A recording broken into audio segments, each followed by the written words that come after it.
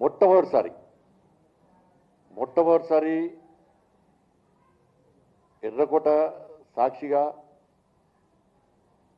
వందే మాతర పూర్తి గేయాన్ని ఇవాళ ఆలపించడం నిజంగా చాలా సంతోషమే.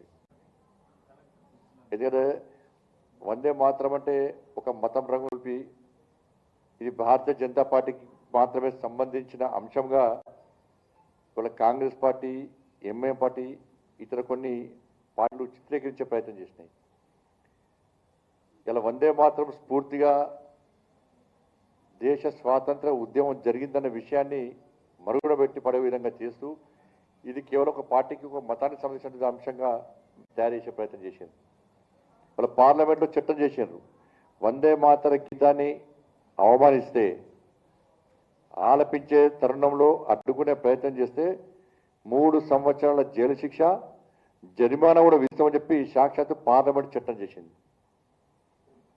ఇవాళ అసెంబ్లీలో వందే మాతర గీతాన్ని ఆలపించే క్రమంలో ఇలా ఎంఐఎం పార్టీ బహిష్కరించింది, అడ్డుకునే ప్రయత్నం చేసింది. దానికి కాంగ్రెస్ పార్టీ ఒత్తాసు పలికింది. ఇక కాంగ్రెస్ పార్టీ అంటే ముస్లిం అంటే కాంగ్రెస్, కాంగ్రెస్ అంటే ముస్లిం అని చెప్పి మొత్తం వాళ్ళకి ఒత్తాల్సింది కాంగ్రెస్ పార్టీ. ఇప్పటికైనా ఎంఐఎం పార్టీ వందే మాతర గీతాన్ని ఆలపించడాన్ని సమర్థిస్తుందా, వ్యతిరేకిస్తుందా? వ్యతిరేకిస్తే, పార్లమెంటు చేసే చట్టాన్ని వ్యతిరేకిస్తే మీరు దేశ ద్రోహులుగా మిగులుతారు. నేను మళ్ళీ చెప్తున్నా, ఈరోజు కరాఖండి చెప్తున్నా, ధైర్యంగా చెప్తున్నా.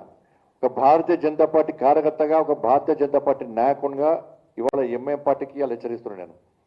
మీరు కనుక వందే మాతర గీతాన్ని అడ్డుకునే ప్రయత్నం చేస్తే, మేము ఆలపించమని మొండికేస్తే 15th ఆగస్టు స్వాతంత్ర దినోత్సవ ఉత్సవాల సాక్షిగా రాష్ట్ర భారతీయ జనతా పార్టీ కార్యాలయం నుంచి చేస్తున్నాను. గతంలో చార్మినార్ దగ్గర మేము చార్మినార్కి ఎవరు రానియం, చార్మినార్ మాది, పాత బస్తీ మాది, మా పర్మిషన్ తీసుకొనే రావాలి అని చెప్పించి ఎప్పుడైతే మీరు వాగినరో, బీఆర్ఎస్ కాంగ్రెస్ పార్టీకి వార్నింగ్లు ఇచ్చినో, ఆ రోజు అన్నింటినీ అడ్డుకొని ఇవాళ మేము చార్మినార్ దగ్గర వచ్చి భాగ్యలక్ష్మి అమ్మవారి సాక్షిగా బహిరంగ సభ నిర్వహించినాం.